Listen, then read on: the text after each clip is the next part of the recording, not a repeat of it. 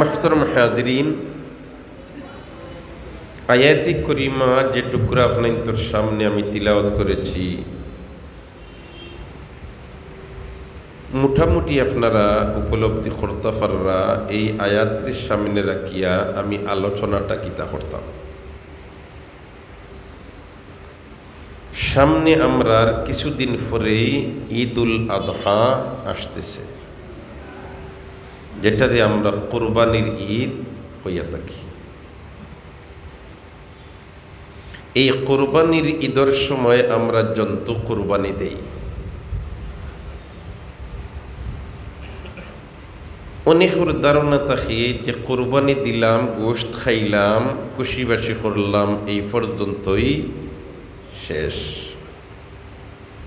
বাস্তবতা কিন্তু এই পর্যন্ত শেষ নয়, বরঞ্চ এই কোরবানির মাধ্যমে আপনার আমার মাঝে পশুত্বর যে খাসলত আছে, অমানবিকতার যে খাসলত আছে, এটারেও জবাই করি লইতাম হইব।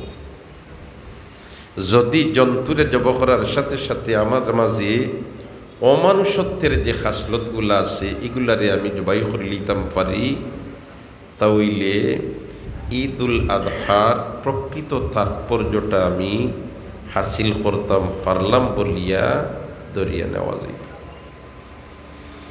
ঠিক তেমনিভাবে এই ঈদুল আযহা আমরার সামনে আসে, হজ আমরার সামনে, এগুলার মাধ্যমে আমার আল্লাহ আমরারে যে শিক্ষা ফল দেওয়ায় দিয়া থাকে, এর মাঝের থেকে একটা শিক্ষা হইল যে তোমরা পারিবারিক জীবনটা কিভাবে পরিচালিত করতায় দেখো। আমি আল্লাহ কিয়ামত পর্যন্ত প্রতি বছর আমার নবী হজরতে ইব্রাহিম আলাইহিস সালাম, হজরতে হাজেরা আলাইহিস সালাম এবং হজরতে ইসমাইল আলাইহিস সালাম, এই তিন সদস্য বিশিষ্ট যে পরিবারটা আছিল, এই পরিবারের কেসেটটারে আমি আল্লাহ কিয়ামত পর্যন্ত প্রতি বছর রিলি করিয়া গোটা মানব জাতিরে দেখাইয়া দেই যে এইভাবে যদি তোমরা পারিবারিক জীবন গঠন করি লইতে পারো, তোমাদের পরিবারের মধ্যে শান্তি চলে আসবে, পরিবারে অশান্তি থাকবে। যেমন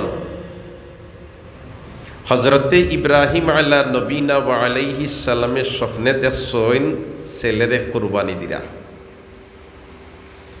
যে সময় স্বপ্নটা দেখরা, এই সময় বাবা কিন্তু বৃদ্ধ, ছেলের বয়স প্রায় 13 বছর। কত বছর? 13 বছর। মোটামুটি উঠন্তি বয়সের একটা যুবক, আর কোনো সন্তানাদিও এরকম নাই। এই সময় এই স্বপ্ন দেখার পরে নবীর স্বপ্ন যেগুলা ওগুলা ওয়াহি, নবীর স্বপ্ন যেগুলা ওগুলাও কিতা ওয়াহি। স্বপ্ন দেখার পরে এটারে বাস্তবে রূপ দিতা, ছেলের সাথে পরামর্শ হয়। সুবহানাল্লাহু কয়বার আমরা পারিবারিকভাবে আমার ছেলে এখন মোটামুটি বয়স হয়ে গেছে, একটা সিদ্ধান্ত নিতাম আমি পারিবারিকভাবে ছেলেরে বিলকুল মাতাই না, ছেলের সাথে কোনো গপসপও করি না, ছেলের কোনো অবগতি করি না, আমি আমার সিদ্ধান্ত নেই কি নেও পাল্লা কথা। কিন্তু এই ঘটনাটা, এই ওয়াকিয়াটা, এই বর্ণনাটা আমার আল্লাহ প্রতি বছর রিলি করাইয়া মানব জাতিরে দেখাইয়া দে না, তোমরা পরামর্শ করো, পরামর্শের মধ্যেই বরকত হোক। সুবহানাল্লাহ।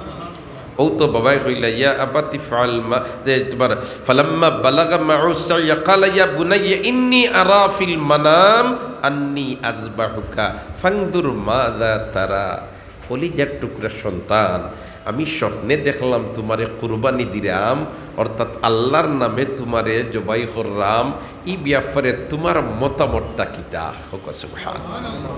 হাই রে হাই, বাবা আর ছেলে, বাবা আর কিতা মাতো না, বাবার কিতা ছেলে। এই সময় বাবা যেন এন জুয়ান নেই, মাতুই না দেখি না, 100 ওভার ই পর্যন্ত বুড়া, আর ছেলে 13 বছরের কৈশোর সুঠাম দেহের অধিকারী। এখনকার জমানার যদি ইলাখান বাবার বয়স 100 ফাড়ি দিলেইছে, আর ছেলের ডাক দিয়া নিয়ে কইন, বাবারে আমি স্বপ্নে দেখলাম তোরে কুরবানি দিলে ইয়ার। ছেলে আর খেওরর খান্তার যাইবার আগে নিজেও ফতোয়া দিলাইব বাবার বেরেন্সি আউট হয়ে গেছে। ঠিক না বে ঠিক? বাবা কোনটা বুধবাইতে না হুশ হুশ কোনটা ঠিক নাই না। ইসমাইল আলাইহিস সালামে বাবার এই বক্তব্য শোনার সাথে সাথে ফরমান কিতা, ইয়া আবাতি ফাআল মা তুমার, ও আমার প্রাণ প্রিয় আব্বু, ও আমার প্রাণ প্রিয় আব্বু, ইয়া আবাতি ফাআল মা তুমার, আপনি যা স্বপ্নে দেখেছেন তা বাস্তবে রূপ দেন।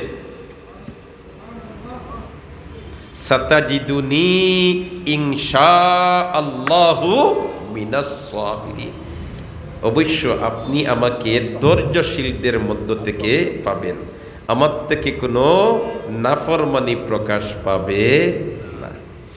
এই কঠিন মুহূর্তে ছেলে বাবারে মূল্যায়ন করেন নি না করেন না? মাতুই না আপনাইতে আমরা তো মাশাআল্লাহ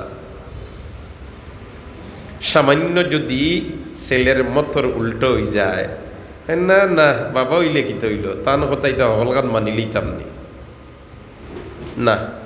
এই কোরবানির ইতিহাস এই শিক্ষা আমাদেরকে দেয় না। কোরবানির ইতিহাস আমাদেরকে শিক্ষা দে, ছেলে তোমার বাবাকে তুমি শ্রদ্ধা করবা, ছেলে তোমার বাবাকে তুমি সম্মান করবা, ছেলে তোমার বাবাকে তুমি ইজ্জত দিবা, ছেলে তোমার বাবাকে তুমি মুলায়ম ব্যবহার করবা। যদি পরিবারের মধ্যে ছেলে বাবাকে মূল্যায়ন করে, ছেলে বাবাকে শ্রদ্ধা করে, ছেলে বাবাকে সম্মান করে, ছেলে বাবাকে ইজ্জত করে, তাহলে এই পরিবারের মধ্যে শান্তি থাকবো না অশান্তি? না তুই না দেখি আবার বাবাও পরামর্শ নিতা, বাবাও কি তা পরামর্শ নিতা। দেখো আমার আল্লাহ এই ক্যাসেটটা প্রতি বছর রিলিজ করাইয়া গোটা মানব জাতিরে দেখাইয়া দে, বলিতে হে মানব জাতি, যেই পরিবার থেকে যেই নসল থেকে আমি রহমতুল্লিল আলামিন রে এই দরাদামে ফাটাইতাম, এই পরিবারটা কিভাবে ছিল তোমরা দেখো, এর থেকে তোমরা সবক হাসিল করো। যদি এই পরিবারের মতো তোমরা পরিবারের গঠন করে লইতে পারো, তোমাদের পরিবারে কোনো অশান্তি থাকবে না। আল্লাহু আকবার, হুক আল্লাহু আকবার, আর জোরে হুক আল্লাহু আকবার। ইয়া আবাতি ফাআল মা তুমার সাতাজিদুনি ইনশাআল্লাহু মিনাস সাবিরিন।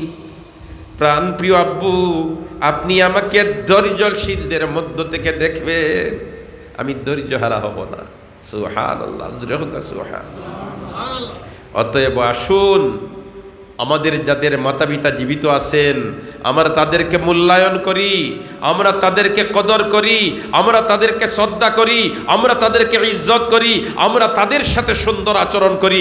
যদি আমি তাদের সাথে সুন্দর আচরণ করতে পারি তাহলে আমার দুনিয়া এবং আখিরাত উজালা হয়ে যাবে।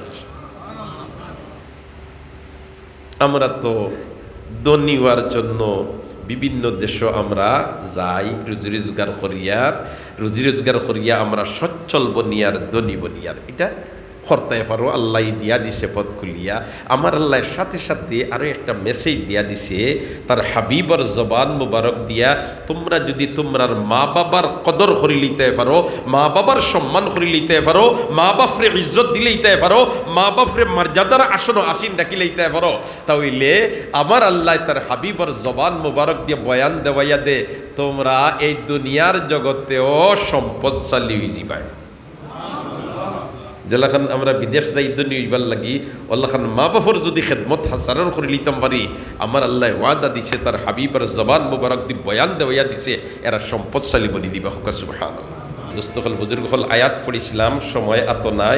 আমার আল্লাহ প্রতি বছর ইব্রাহিম আলাইহিস সালামের পরিবারের এই ক্যাসেটটারে রিলি করিয়া গোটা জগৎবাসীরে দেখাইয়া দেন, বলে তো তোমরা যদি এইভাবে তোমার পরিবারের গঠন করে লইতে পারো, তোমাদের পরিবার শান্তির পরিবার বলে দিব। স্ত্রীর স্বামীরা কীভাবে মূল্যায়ন করতা, স্বামী স্ত্রীর কীভাবে কদর করতা, এটা সারা এই ঘটনার মধ্যে আল্লাহ রাব্বুল আলামিনে বয়ান করে দিলেইছে। অতএব আসুন, আমরা পরিবারের মধ্যে দিয়ে আমরা শান্তি প্রতিষ্ঠিত করতাম চাই, তাহলে এই আদর্শগুলারে আমরা আঁকড়িয়া ধরি। আল্লাহ রব্বুল আলামিনে আমরারে তৌফিক ইনায়াত ফরমাক আমিন। তাকাব্বাল মিন্না ইন্নাকা আনতাস সামিউল আলিম ওয়া তুব আলাইনা ইয়া মাওলানা ইন্নাকা আনতাত তাওয়াবুর রহিম। সুবহানাল্লাহি ওয়া বিহামদিহি সুবহানাল্লাহিল আযীম সুবহানাল্লাহি ওয়াল হামদুলিল্লাহি ওয়া লা ইলাহা ইল্লাল্লাহু ওয়াল্লাহু আকবার ওয়া লা হাওলা ওয়া লা কুওয়াতা ইল্লা বিল্লাহিল আলিয়্যিল আযীম। মুহতারাম হাজিরিন, শুক্রিয়া মেহরবান আল্লাহর অল্প দিনে আপনার মসজিদ বহুত দাগ হয়ে গেছে। আর বাদবাকি মসজিদের যেটা খামখাজ আছে আমরা সবের সহযোগিতা করতাম, চেষ্টা করবো না ইনশাআল্লাহ। সহযোগিতার সুরত হইল তিনটা, একটা হইল পরামর্শ দিয়ে সহযোগিতা করা, আর একটা হইল শ্রম দিয়া সহযোগিতা করা, আর একটা হইল অর্থ দিয়ে সহযোগিতা করা। আমরা যে যে অবস্থান থাকি ফার্মু এই তিনও সুরতের মাঝে থেকে সহযোগিতা করতাম, রাজি আছি না ইনশাআল্লাহ। আমরা যদি আল্লাহর ঘর মসজিদের খেদমত শরীক হইতাম পারি, আমার আল্লাহ বেহেশত বালাখানা তৈয়ার করি দিব। আল্লাহ রব্বুল আলামিন আমরা তৌফিক দান করুক আমিন। তাকাব্বাল মিন্না ইন্নাকা আনতাস সামিউল আলিম ওয়া তুব আলাইনা ইয়া মাওলানা ইন্নাকা আনতাত তাওয়াবুর রহিম। সুবহানাল্লাহি ওয়া বিহামদিহি সুবহানাল্লাহিল আযীম সুবহানাল্লাহি ওয়াল হামদুলিল্লাহি ওয়া লা ইলাহা ইল্লাল্লাহু ওয়াল্লাহু আকবার ওয়া লা হাওলা ওয়া লা কুওয়াতা ইল্লা বিল্লাহিল আলিয়্যিল আযীম। লা ইলাহা ইল্লাল্লাহু মুহাম্মাদুর রাসূলুল্লাহ। আল্লাহুম্মা আমিন। আলহামদুলিল্লাহ রব্বিল আলামিন ওয়াসসালাতু ওয়াসসালামু আলা আশরাফিল আমবিয়া ওয়াল মুরসালিন ওয়া আলা আলিহি ওয়া আসহাবিহি ওয়া আহলি বাইতিহি ওয়া ইতরাতিহি আজমাইন। পরবর্দিগারে আলম দয়াল আল্লাহ আজকের এই মাহফিলকে কবুল ফরমা। ইয়া আল্লাহ এই মাহফিলের জরিয়া বানাইয়া এলাকার কবরিস্তানের মধ্যে রহমতের জড়ি বর্ষাও। রব্বুল আলামিন আমরার জিন্দা মুর্দা মা বাপরে মাফ ফরমাও। আল্লাহ আমরার যারার মা বাবা কবরবাসী বানি গেছেন, কবর দে বেহেশতর বাগান বানাই দাও, কবরের মধ্যে রহমতের জড়ি বর্ষাও, কবরে আর রওজায় আতরের সম্পর্ক পয়দা করি দাও। ইয়া আল্লাহ যারার মা বাবা জীবিত আছেন হায়াত লম্বা করি দাও, বেশকরি খিদমত করবার তৌফিক দাও। দেশ বিদেশে আমরার যত ভাই বিরাদর মওলা আপনার হেফাজত রাখিও, আপনার কেফালতের মধ্যে রাখিও ইয়া আল্লাহ। পরবর্তীকার আলম দয়াল আল্লাহ এই মসজিদ খান পুনর্নির্মাণ করতে গিয়া তোমার যত বন্দা হলে সহযোগিতা খরচইনার খররার করবার সারারে কবুল ফরমাও, আমাদের জন্য নাজাতের জরিয়া বানাইলাও। আল্লাহ এই মসজিদের জরুরতে আপনার গাইবী হাজারাত থেকে পুরা করে দাও। ওয়াসসালামু আলাল মুরসালিন ওয়ালহামদুলিল্লাহি রাব্বিল আলামিন। আমিন।